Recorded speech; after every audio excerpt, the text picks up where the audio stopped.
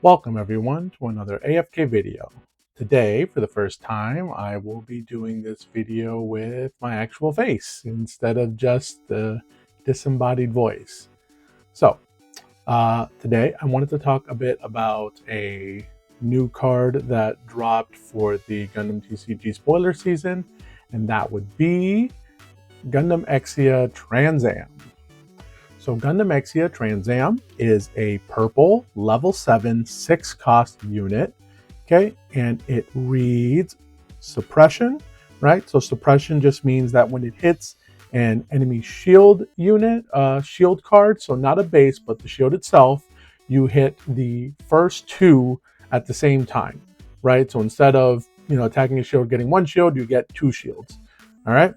And the second part says, when this unit destroys an enemy shield area card with battle damage, if there are 10 or more Celestial Being cards in your trash, choose one enemy unit with the lowest HP, destroy it.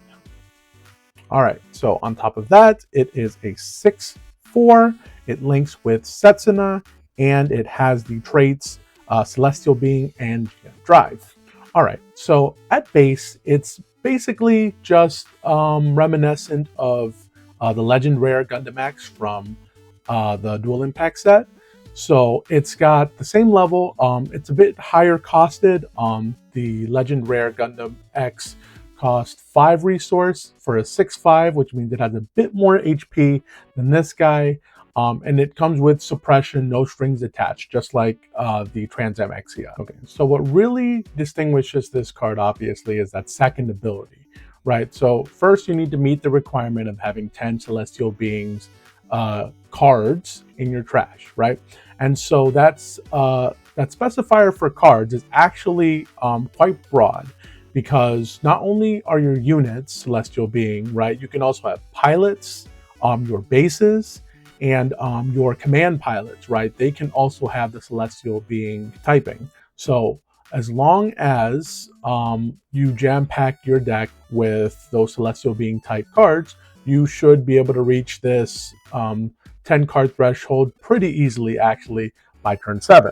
Now, the second part of that ability is up for a bit of debate because of how it's worded, right? So it says shield area card, right? The thing about suppression is that suppression deals damage to 2 cards simultaneously. So you're only dealing damage the one time, which means, the way I'm kind of reading it, is that you would only get this destruction ability once, even though you're destroying 2 shield area cards. Now, obviously, if a judge tells me, hey, you actually get 2 cards, hey, by all means, I'll take it, right?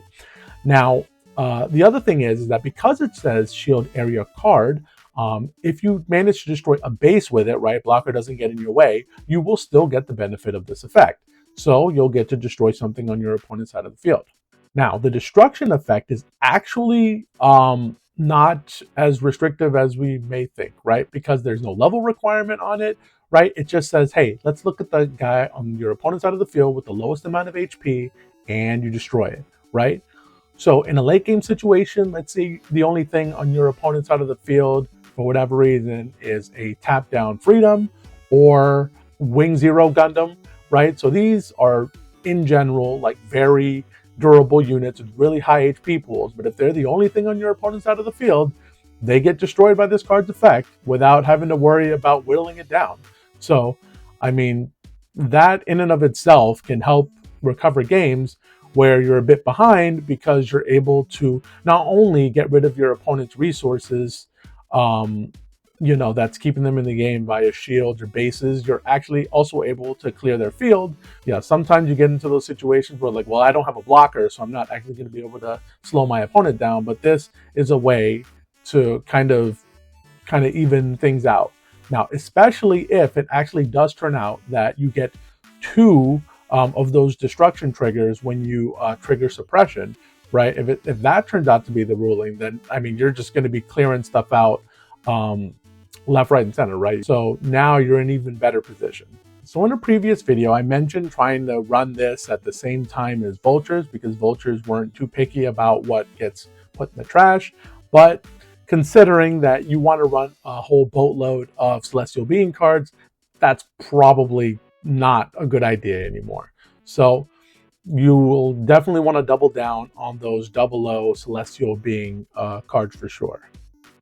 All right, so let me know what you guys think. How do you think this card is going to be ruled? Do you think it's going to be the 1 destruction effect or 2 destruction triggers when you get suppression to go off? Is there any reason not to run this at 4 of in your 00 decks? Let me know what you guys plan on doing, and let me know what you guys think about the ruling in the comments, and I'll see you in the next video.